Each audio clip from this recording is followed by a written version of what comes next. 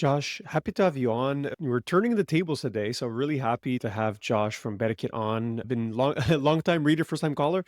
What have obviously poke your brain on all things Canadian tech. Understand like you have a really good front seat as to what's going on in the industry.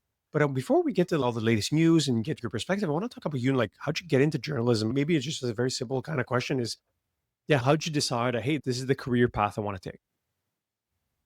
Really appreciate you having me on, man. It's great to chat with you and to turn those tables. It's good for me to be on the other side and know what it feels like to be the one interviewed and not the interviewer.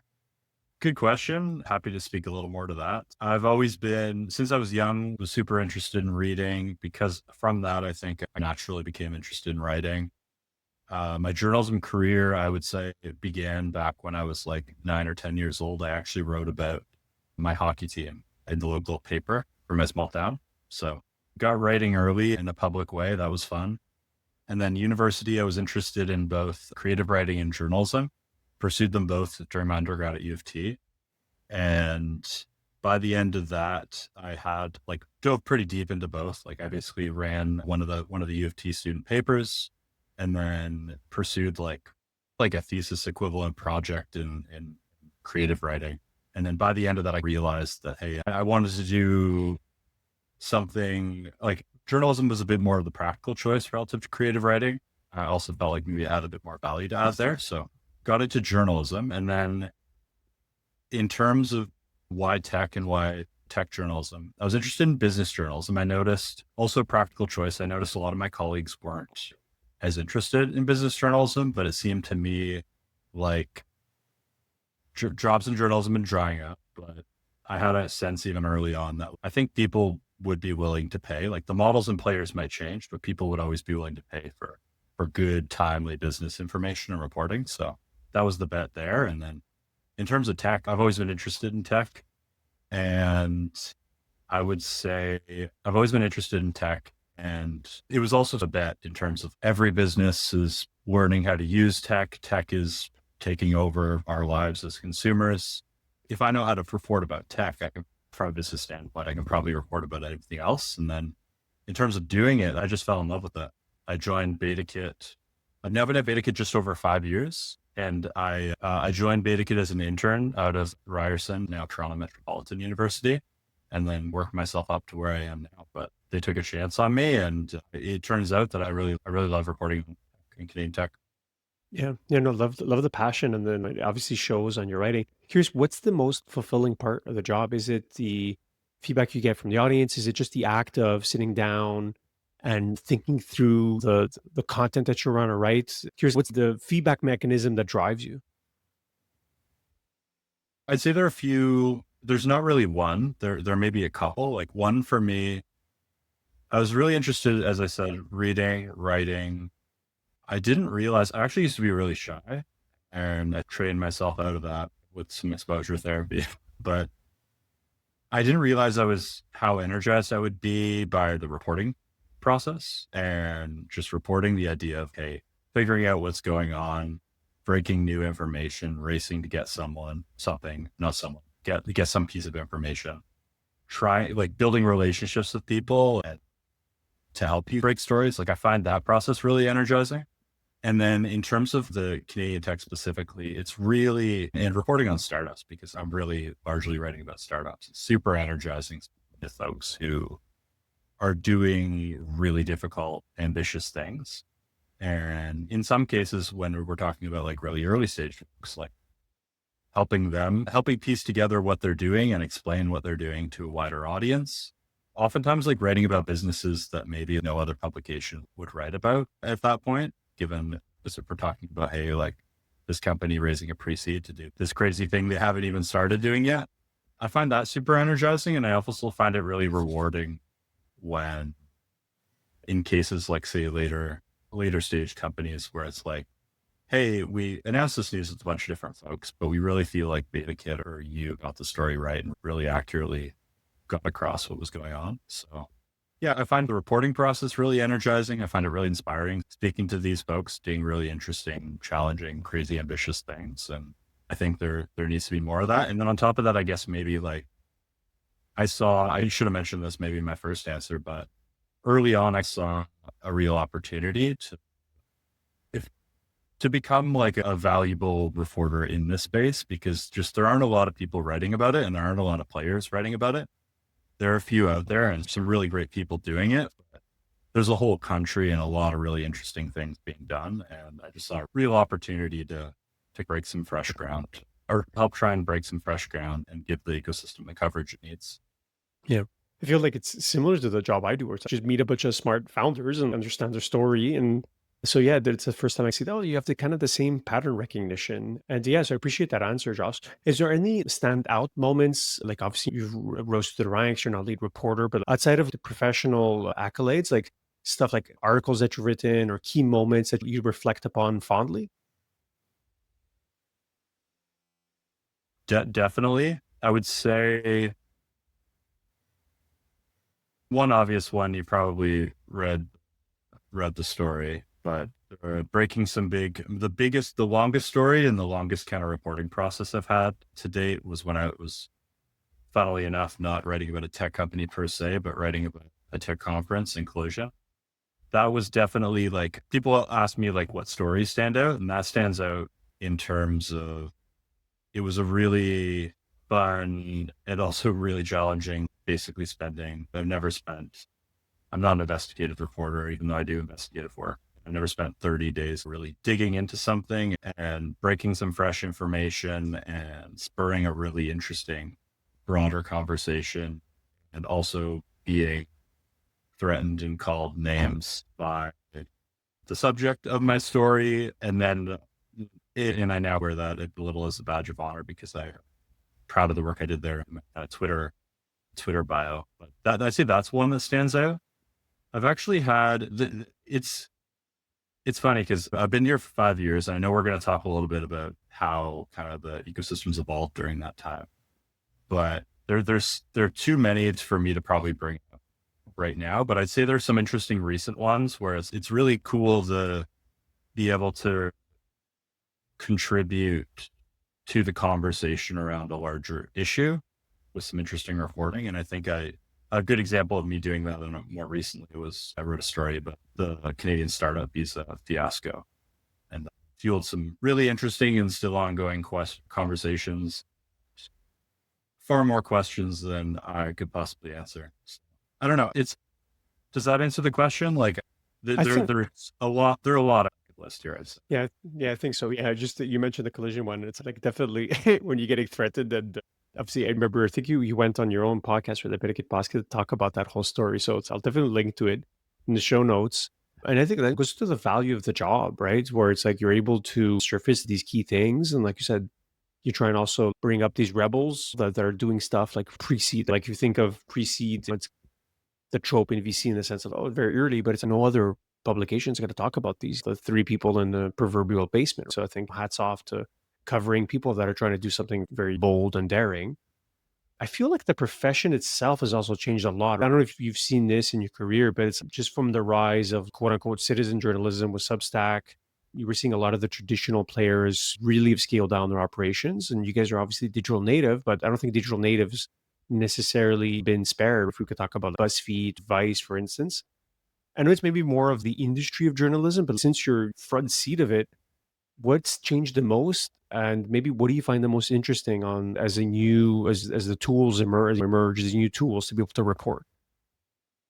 I'll preface this by saying I have only been in the industry for 5 years, and it's been a period of intense turmoil for not just Canadian tech, but journalism as well. So that's my reference point. Prior to that, my focus was just learning enough so that I could actually have a job. A lot has changed, just to give you a kind of idea of the shape of things these days. So I did an undergrad at U of T. I did I worked at a school paper, had what I thought was a decent amount of experience, applied to a million different places, heard back from nobody, took a year off to do construction then with my dad, and then went back to school at TMU and I did a master's of journalism. And from that program, I think there are about like 20, there's supposed to be, I think there's a cap of 25, but maybe say upwards of 20 among my upwards of 20 peers I graduated with. I A small, relatively small percentage are still in journalism. A lot of those folks have switched over to PR, whether they went directly into PR, like some maybe realized they didn't want to do journalism per se. They just wanted to leverage those skills in a different way. A lot of them actually went into journalism jobs and then transitioned over to PR because the money and the opportunities are just, in many cases, far better. And I think that speaks to just how that speaks in a small way towards the state of the industry and how hard it is. On the PR side, like another reflection of that is just, I'm curious what the recent research is, but I remember seeing a study a little while ago about like the ratio of PR folks to journalists in Canada, I think is upwards of 10 to 1. I think it's closer to 15 to 1 these days. So in terms of state of the industry, that's maybe a helpful illustration.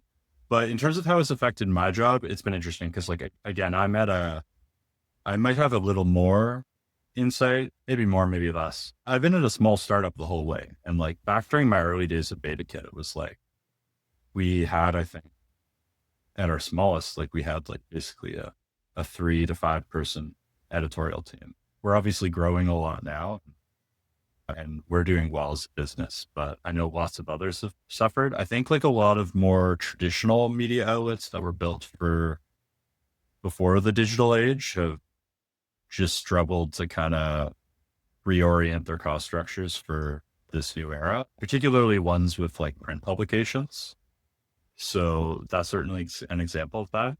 It's interesting, like big shifts for me since I started, even the only real big shift is I've been digital the whole way and I like doing digital.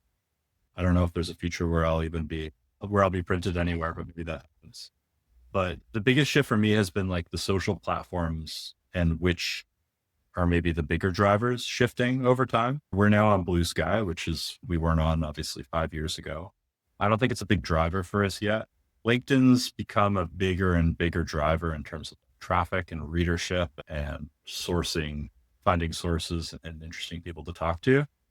I think back when I started, it was like Twitter, or back then it was Twitter. I think it'll always be Twitter to me, but back then Twitter was the core driver and there's been a bit of a transition to LinkedIn. I think that probably speaks to like journalists and publications needing to ensure they're promoting themselves across multiple platforms and not over relying on any one too much. I don't know. That's maybe one of the main shifts I've seen. But the other thing I'd say is like sifting through things online, even over the past 5 years, like there's just so much more to go through and a whole lot more fake news. And I guess now more recently, AI slop to sift through. So it's made kind of the reporting process a little different and required a bit more legwork in certain ways on my part. Yeah, it's been an interesting 5 years. And honestly, that's all I know. Yeah, fascinating. I'm not going to reveal my age, but I'm a little bit older than you, and I've seen some of these changes up front. I'll just speak to a few experiences. Like I worked in a traditional ad agency from 2007, 2011, and huge buyer of traditional media, including print. And I remember many times being taken out by the sales reps at these big newspapers, from the Globe and Mail to Gazette, like the more traditional, let's say, outlets, including TV stations too. And definitely feels like the Mad Men days back then, where it was like literally kids working at this ad agency were like taken out like to hockey games and like fancy dinners, and that was the peak of profitability of these outlets before the wave of social media and digital kind of hit. And like it's been written a lot over the 10 years. And why I'm bullish on Betakit is because I think the only way to survive is like niche today. And you guys are covering Canadian tech, very specific viewpoint, versus if you try and be like a generalist, I think that's very tough, especially with not just the traditional cost structure, but without, let's say, the culture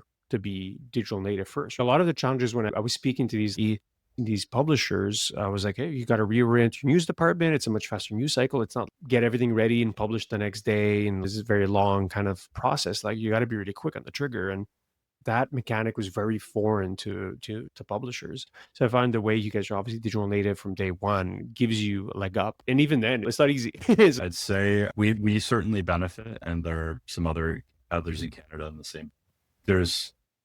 We benefit from obviously having a very specific focus. I think I'm not sure what our exact tagline is to this at the moment, but it's basically reporting on Canadian tech from within the ecosystem with a real deep understanding and empathy of what these people are doing and how hard it is. And I think that's reflected in our work and then reflected in like how people feel about us, the performance of our business. Maybe to talk a little bit about Canadian tech, since you have a front seat of everything going on. God, there's so many, like obviously you've written so many different interesting articles about it, and from from policy to startups. Maybe just as like a broad question today, and take it how you want to. How do you like we're end of 2025? Like, how do you see the state of tech? What in Canada? Optimistic, pessimistic, or just like neutral? Like, just what? How do you position it in your own mind? The reporter in me wants to just say neutral because that's my job. And I am a natural reporter. But it's interesting. I think I try to, as much as possible, avoid like offer some analysis, but avoid making any say big proclamations. My job is to report and relay what's going on as best I can, as impartially as I can. But on the tech side, there are still some people doing really interesting, amazing things in Canada that are succeeding and are going to succeed, whether or not all the perfect conditions are around to support them. There's a lot of conversation with the budget coming up about whether government is doing enough to support Canadian tech and keep our most ambitious founders here. And there are a lot of really interesting and important questions asked there. I'd say, again, I'm a reporter, but from covering the space and knowing it, right now, from covering the space and knowing it fairly well now, I'm bullish on Canadian founders and their ability to succeed, regardless of whether or not those perfect conditions exist.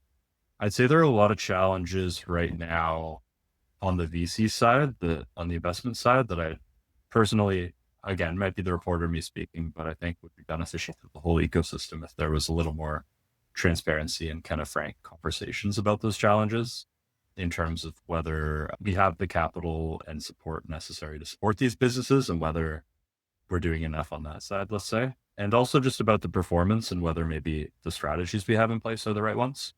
So we've obviously got a lot of huge challenges as well. Like we've got a trade war, we've got wacky economy that I don't really know what the kind of tight description for where we're at today would be.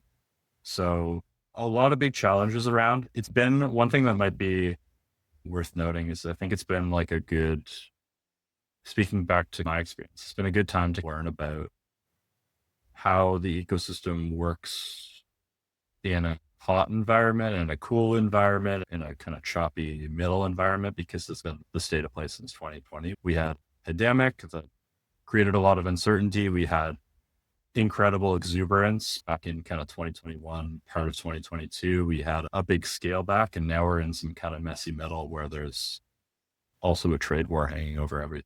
I don't know. I feel for what folks in Canada have had to navigate over the last few years. I think we've seen like the impact of some of that pressure in terms of like, we've written a lot of stories over the last little bit about executive turnover. And I think in a lot of cases, that's people who've been through multiple crazy cycles and maybe have just had enough and either want to take a break or focus on something new instead. And I totally hear that. But I don't know. I'd say ultimately feel bullish about Canadian tech. But yeah, again, maybe the reporter in me, but I think for us to navigate all these things, I think we need some more. I think we could use just a little more transparency, kind of frank conversations about not just what we're doing right and wrong, but like some of the mistakes we both in terms of a country from a policy standpoint, as well as like from an individual company level, like what other people can learn from the folks who didn't make it, as well as the folks who have. Yeah. Those are really insightful comments, Josh. And just to respond to some of them, I find, yeah, frank conversation. I think it's a good point, right? If we don't know our mistakes, then we're just doomed to repeat them, right? And so, yeah, I think that's going to be part of your job is calling out the bullshit when you see it. And one thing I find that we're not good at yet is that we do talk enough about our successes. Yes, we have one big Canadian tech company. That's great. And obviously, I love those guys, but it's just one. We need many more. But then the way to get many more is that you need to have more shots on goal in some of those failures. And sometimes, yeah, we tend to like not necessarily celebrate the people that are trying and don't make it, right? You never get them on podcasts. That first time founder that failed, ran out of money or whatever, they never go and talk about it. Maybe we should be putting more light on that. And then, yeah, on the policy side, I think I would tend to agree. Be curious to hear you on the VC side, just selfishly, because I'm launching a new fund and we're spending a lot of time thinking about our own strategy and what we can do better. And I won't give you the quick pitch, or maybe I will, but There has been a big talk of there's just not enough capital, and then we're competing against a lot of the U.S. funds that have huge capital reserves. That's one. Are there other elements that you see that we could do better as an industry, particularly for the capital allocators? Another great question that's definitely beyond my area of expertise, but yeah, I would say, speaking to my point about kind of transparency and honest conversations, like I think maybe this is a helpful, or maybe this is a helpful example. I always find it so refreshing speaking to US VCs when, say, I'm writing a story about a Canadian company that's raised some money. Their lead investor is American. I got a kind of investor POV for my story. It's so refreshing just how straightforward and honest and candid they are about things. And that's directly reflected in a lot of cases in the quality of the story and the comments and the quotes I get from them. Oftentimes speaking to Canadian investors, and I'm sure this is a reflection of just how much more conservative we are relative to the US in terms of, like, from the LPs down, from the government to the LPs downward. Oftentimes people are very tight-lipped or afraid of saying anything interesting. And at least in terms of the product I produce, like the stories I write, if people were a little more willing to, like, just say interesting things. And I think coming with that is like the risk of sometimes maybe saying the wrong thing, or sometimes saying something silly and then having to walk it back. Like, it'll result in more interesting stories because honestly, the things I write are based on the conversations I have. So that's maybe one piece. In terms of can you refresh me on the other part of your question? Tell me a bit more about what you think kind of VCs and allocators need to Yeah, question it's about. like it's very exploratory because I think about this a lot. It's like having a new job, and like you mentioned optimism, and I think it's for me, it's like part of the job description. I have to be optimistic. Hey, what can go right with this scrappy little group of people that are trying something that's unproven? So I think it's necessary if you want to do the job of investing at the early stage. And so one thing that I think is very, at least my end of one perspective, is there's just not enough money. There's just not enough. There's quite a few good funds and like funds I hugely respect, but they can't service all the quality people that I see. So as a result, what happens is a lot of the smart people raise in the US. So there's two reasons I see that happening. One is that sometimes you work with a fund, there's not a founder fit with that particular fund. So they have to go elsewhere. And then when they come back with the term sheet, like with the expression, no one is a prophet in their own country, then all of a sudden people are interested here. But then I want to say more concerning is just like bypassing Canadian investors altogether and the cultural appeal of raising in the US. Because I don't even like they see it as a badge of honor raising from, and rightfully, they have really good people. That's where all the headlines are written. And they have obviously brilliant people that are able to open the doors and connections. And I think it's good for the founders if they're able to do that. I just think it's shitty for the Canadian economy. So I think that's one aspect is just like a big supply, demand, and balance. We need more funds. This is me like being a hammer, everything looks like a nail. It's, hey, I'm a fund, you give me money. There's that aspect to it. And the second aspect is you alluded to it, and that part is maybe I'm not as strong on is like mentioned performance maybe not being there, LP relationships. Maybe the LPs are too conservative, which makes the GPs more conservative. So yeah, that was more of a it's like other like anything else in that area, but you mentioned to it. So if you have other points, obviously happy to hear them.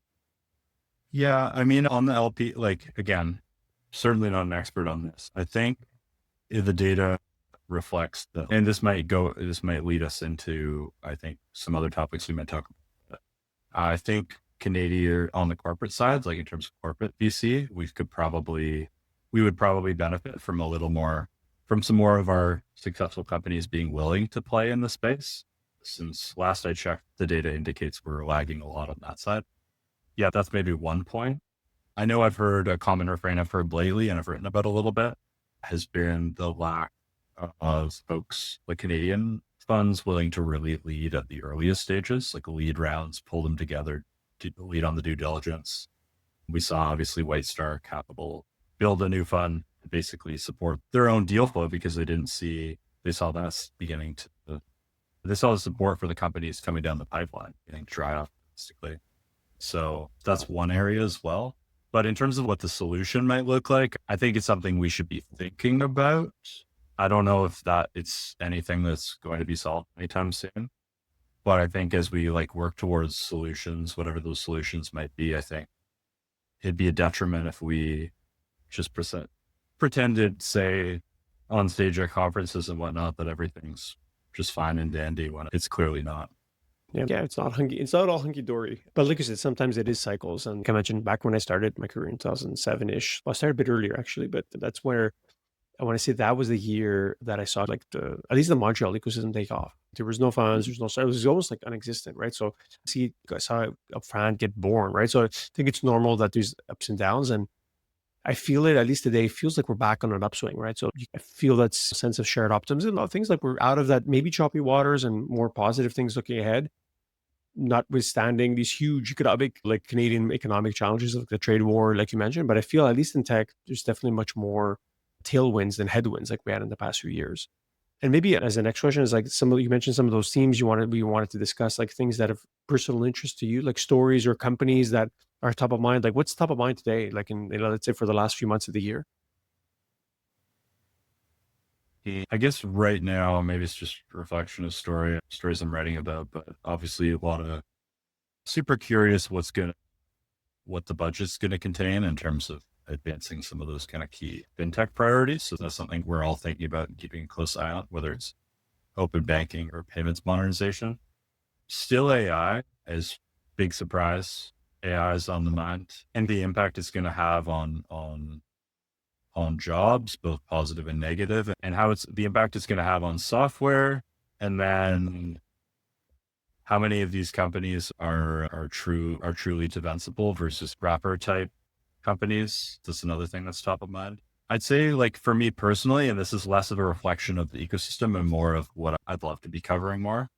I would love to I'd love to write more about some interesting strap companies, and I'd love to tell some more of those success stories, whether we're talking about individual tech companies or even VC funds. I often get told, and we often get told that, oh, hey, you're not telling enough of the good stories. But the reality is we've got to cover a whole country, and our coverage is a reflection of what people are willing to share with us. And there are a lot of folks who just are kind of heads down doing really interesting things. And their focus is exclusively on doing that and making those things succeed. That I think the ecosystem might benefit from hearing from a little more in terms of, okay, here's what we're doing, here's how well we're doing, here's how we did it. That's honestly just a way something I've felt for a while now. But that includes both funded companies and as I said, bootstrap companies. Because I think I know there's some really interesting stories out there that aren't being told. Yeah, definitely. And like I could probably share a few at least bootstrap companies that I know, and I find sometimes VC the bad thing about it is like it gets a disproportionate amount of attention, but it's like a relatively small asset class, right? When you compare just the total number of companies, and quite a few people never take funding and just build their companies and end up being really successful. The first one comes top of mind is a really successful Quebec company called Workleap. They made it to 150 plus million ARR before taking funding, which they're already at pretty good scale before they ended up taking a check from Caisse de Dépôt. There's many other examples. Missive in Quebec City is a good one, and there's a bunch more that why dilute yourself? Why sell a portion of your company to a stranger? And yes, it's maybe a slightly longer route. And I know as a VC, I'm supposed to say, no, go fast and break things or whatever. So sometimes, man, just building a company for you and your family. And I don't think you necessarily have to try and swing for the unicorn or whatever. I think that's a question of just like personal preference and also the real opportunity ahead of you. I think that it's really, for me, it comes down to the founder, what they want to do. If they want to go bootstrap route, go for it. If you want to go balls to the wall and shoot for the Scotars, let's go. That's obviously like, I'm happy to back ambition, but it's not, you can still build a big company and be successful. You always have to take VC money. 100%. And then you mentioned like the policy side. It feels like there's a lot of state of flux. We have a new minister of AI, but I'm not sure what that person's supposed to do, but it's good. It feels like the government's listening. Maybe to start with the macro on, since you've been reporting on it, do you have confidence that we're moving in the right direction, that the things that I've been speaking about are at least have someone that's receptive on the other side? I'm glad you went there. In terms of, and I'd credit, I think, the Globe and the Logic for maybe writing about this, for certainly writing about this better than I have.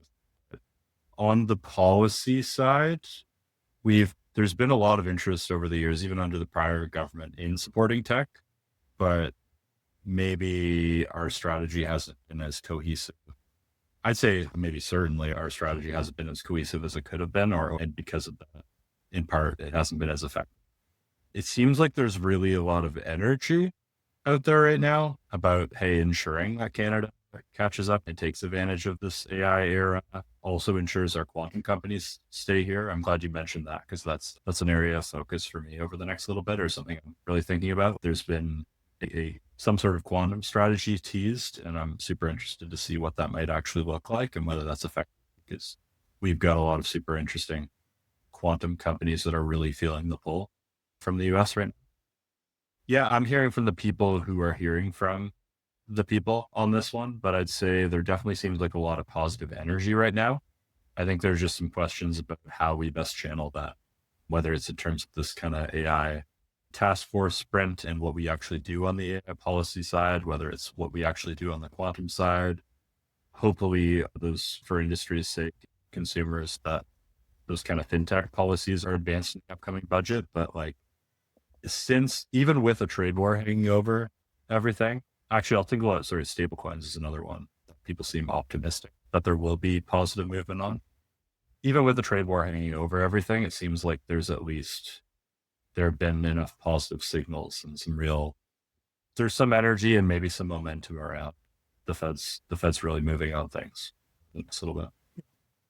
What do you think are the cliches and the stories that, that get too hyped up, that we talk about too much, things that we should, the classic Canadian cliche that we need to stop? I don't know if it's, oh, we're stuck at commercialization or whatever trope you want to put in. Which one's the ones you think, oh, can we just stop talking about this? I mean, that one's certainly true, and I think we need to keep talking about that on the research to commercialization front. We have a lot of strengths in research that we're either not fully or at all or in any way realizing the benefits of when it comes to commercializing that stuff. We have a lot of US companies just coming in and taking. So that's an important thing that still needs to happen or still needs to be spoken about. I'd say on the, like, more generally coming out of the heights of 2021, there was a lot of focus in the past in terms of our own coverage, and then at Betakit and pretty much every other tech publication out there, and every company was indexing towards this, was we've achieved this unicorn valuation or we've achieved this valuation. It's definitely, given how things have played out since that period, it's super healthy for founders to remember. I think valuations are things you grow into, and they come with lots of expectations. And in many cases, taking money at too high a valuation at the wrong time can destroy a company, as we've written about, as many others have written about. It's been really healthy seeing a little more of we've obviously got a cutesy name for it again with centaurs, but seeing a kind of return to companies talking about when they're trying to establish where they're at, how far along they are in their business, talking about real revenue and sales milestones. And that's something I love to cover, and I think is really healthy.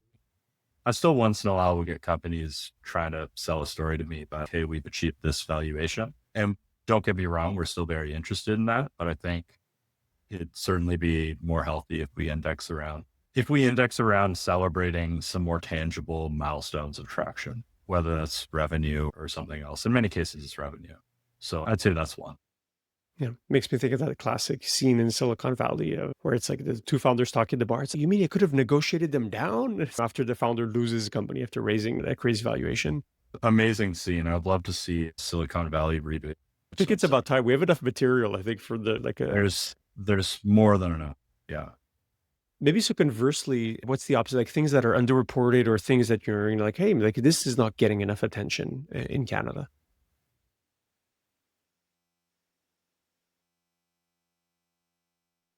Going back to, again, my experience, like, I think we could I think we could do a better job, and I think the ecosystem could do a better job of celebrating, like, bootstrap companies that have achieved impressive things. Like, part of that is the onus for that is on those folks and people around them actually being willing to share their stories. But going back to what you mentioned earlier, how VC certainly, it's only a small portion of really, like, only a small portion companies really, period, should be even seeking venture capital. Like, venture capital is not a model that's meant for all businesses. We should be celebrating kind of those. It doesn't have to be it doesn't have to be $1 billion sale. Like, we should be celebrating more of those. And I'd love to be writing about more of those milestones that are still very much wins, whether it's a company selling for anywhere between 10 to like 100 million and those founders and or employees own the full portion of the business. Would love to write more of those stories. For that to happen, I'd have to have more people to share those stories with me. But even on that note, like it doesn't even have to be exits. Would love to kind of write about those companies when they hit certain milestones. It's super energizing. I love being like the first reporter to write about a super interesting something company doing something really impressive that hasn't gotten any coverage, maybe because they haven't done any of the outbound themselves, or have just been so heads down building that they haven't even thought, oh, you know what? People might be interested in reading about this. So I'd say that's one example. Yeah, yeah, very good, man. Very good. Maybe last question, or one or two last questions. We're not too far from the new year. Like, I'm looking at Halloween, and I know the Costco decorations of Christmas are already out. What's top of mind for you for next year? You mentioned some of these big stories like the budget, stable coins, AI. Anything else that you think? Oh, it's going to be the year of X. Oh, I'd be so wary of predicting that. I think the conversation is still going to be largely centered around AI. I think for good reason, because a lot of the questions about the impact of AI are still being worked through, whether we're talking on the copyright side, how these lawsuits are going to play out and how we're actually going to approach copyright as it relates to AI. That's one. I'm still super, super interested in what this means for the future of just software companies and software, not whether we're talking about just how they're actually built versus just there seems to be a big wave of companies that are think rightly or wrongly that they can build their own tools to do certain tasks themselves versus just buy other SaaS products to do them. And we're going through, I think, an interesting period where companies are doing that experimentation. And I'm super interested to see like how much of that they can actually do themselves, how much they can, whether it's in terms of them actually laying off staff and replacing them with AI, then that working or not working. And then they have to rehire those teams that they cut, whether it's on the, in terms of like the companies trying to leverage AI to replace purchasing various SaaS products, like what the impact's going to be in terms of even if they do that and it works great, if they do that and they can't and they have to buy those SaaS products again, there's going to be a bit of a gulf where a lot of companies might die in the interim or see just growth really stagnate and have to make some really tough calls. I don't know. Those are some, I hate to bring it back to AI because it's been just all anyone wants to talk about. And honestly, a lot of what I've talked to folks about over the last little bit, AI will be a big one. Stablecoins will be a big one as well for crypto. That seems to be where the industry's main focus is at the moment, following the US Genius Act. On the quantum side, super interesting to see what we do to support those companies. I think in terms of like big developments, in terms of what those companies are bringing, quantum's going to take some more time, but I'd be really interested to see what we do on the policy side to keep more of those companies, whether it's not quantum or just ambitious tech founders more generally here. I'm also curious, I guess, on the VC policy side, what we see. I know NACO and CVC just put out or just kind of shared more broadly their recent asks. I'm curious if the government is even amenable to that, given that there's a big focus on cutting back and cutting efficiency, amenable to some of those asks. So I don't know. Those are a few. I'm curious for you, like what's top of mind for you? Like I'm again, reporter and me, super wary of making any predictions beyond AI is going to be a big thing. Oh, one other, sorry. I made this prediction, I think, on our last prediction podcast. There's going to be a lot more executive turnover next year. So, yeah, good question, man. So I think you double clicked on some of those items. I'm like, I'm looking forward to reading those when you write them. I would add the one, yeah, how companies are built. That one's interesting. At the same time, some things change, some things don't. Like executives leave companies after having a stint for a few years, and that's normal. And so there's things that are just not that novel. And I feel the pendulum is going to swing back to build a company is building a company. There's not AI is not going to do it for you. You still need people, but I think you're going to be able to just move faster, do much more with less people. That would be the case for sure. The thing that again, in terms of prediction of next year, yeah, it's like I have a feeling we're gonna see a few breakout winners more and more out of Canada that have decided to like build from here, raise money or not, and talk to a few of them. And I feel like there's a lot more groundswell of momentum that we've had in the past. And a lot of it's frankly just younger people that are like, "Oh, fuck it." There's no cycle for them. It's like they just see things moving up and they're not necessarily these things, oh, COVID or what happened in the past. They're just like they're young and they're hungry and they want to build for themselves. So I think that's an exciting trend I'm interested about. And then in terms of the particular technologies, yeah, I think the AI thing it's like still top of mind. And I just think it's the question of at one point we're just gonna stop calling it AI, like in the sense of in 2015, it's like the year of mobile, and you need a mobile first strategy, and then before it was like you need a social media strategy first. And yes, I do think this is a much bigger platform shift. It's much horizontal, and to your point of covering tech, it's going to be societal level change that's going to happen. It's going to be over years and years. So it's just one simple example is like the cars drive themselves today. Like it's proven, like they're better than people. Like I've been in one, but the diffusion of that technology is going to take a long time. Even if it's proven it's way better, it's going to take a decade or two for it to really replace the human driver. But it's happening. So it's okay. We need to come to grips with that as a key thing. So that's going back to your AI thing. Yes, it's not going away. It's just at some point we're going to stop using a buzzword to describe it. It's just technology, and it's going to be in each particular vertical where you're going to see those transformations take place. No, those are good points. That actually, you reminded me of maybe a couple other I should have highlighted. One would be, I'm super interested to see whether we see any movement in terms of the Canadian IPO, the tech IPO market. We've got we got some really interesting companies that in any other environment would be very good candidates to go public that have really been holding off until conditions have improved. Curious to see if we see any breakthrough and how many next year. Yeah, that's probably a big one. I have no predictions as to whether that'll take place. I have no way of knowing, but I'd love to write about them if that happens. Another one I'd say I'm curious about, yeah, like how clean tech fares, because I obviously covered the SCTC fiasco. US has really pulled back from supporting green energy. There are a lot of companies that were, I think, reliant on kind of some of those subsidies and support. And I'm curious kind of how tech fares over the coming year, given the pullback there. I don't know if we're going to see any, I don't know, maybe something crazy will happen and they'll like, this government will replace SDCC with something else comparable, but newly branded. Maybe nothing happens. And I don't know. A lot of companies were really benefiting from the US inflation reduction, which Trump's been pulling back from. So that's an interesting one as well. And the third one I just wanted to bring up quickly because I've been writing, or my colleagues I think have been writing about this a little more than me, but I've been talking to people about it. Is on the AI front, the AI sovereignty front, like what does ensuring Canadian sovereignty actually look like when it comes to AI, and how big of a role do U.S. companies like say OpenAI play in ensuring that happens? Because I wrote an interesting story about OpenAI kind of pitching themselves as wanting to be involved with what Canada does there. And I think we have some really interesting, difficult questions to sort through there. Yeah, definitely. I'm like, oh man, there's so much to double click on here, but we're getting close to the hours. So I want to be respectful of your time. And Josh, thanks for doing this, man. I really appreciate it. If people want to reach out, either connect with you directly and like obviously go to betakit.com and subscribe, but what's the best way to reach out to you? Appreciate it, man. Appreciate you having me on. It's a real pleasure chatting with you.